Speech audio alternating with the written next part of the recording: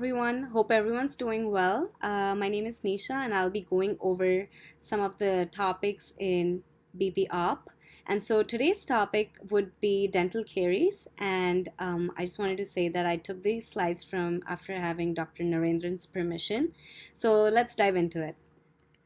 So the topics which we will be covering today are NBDE Part 2 topics, and they include etiology, pathogenesis, and prevention of dental caries.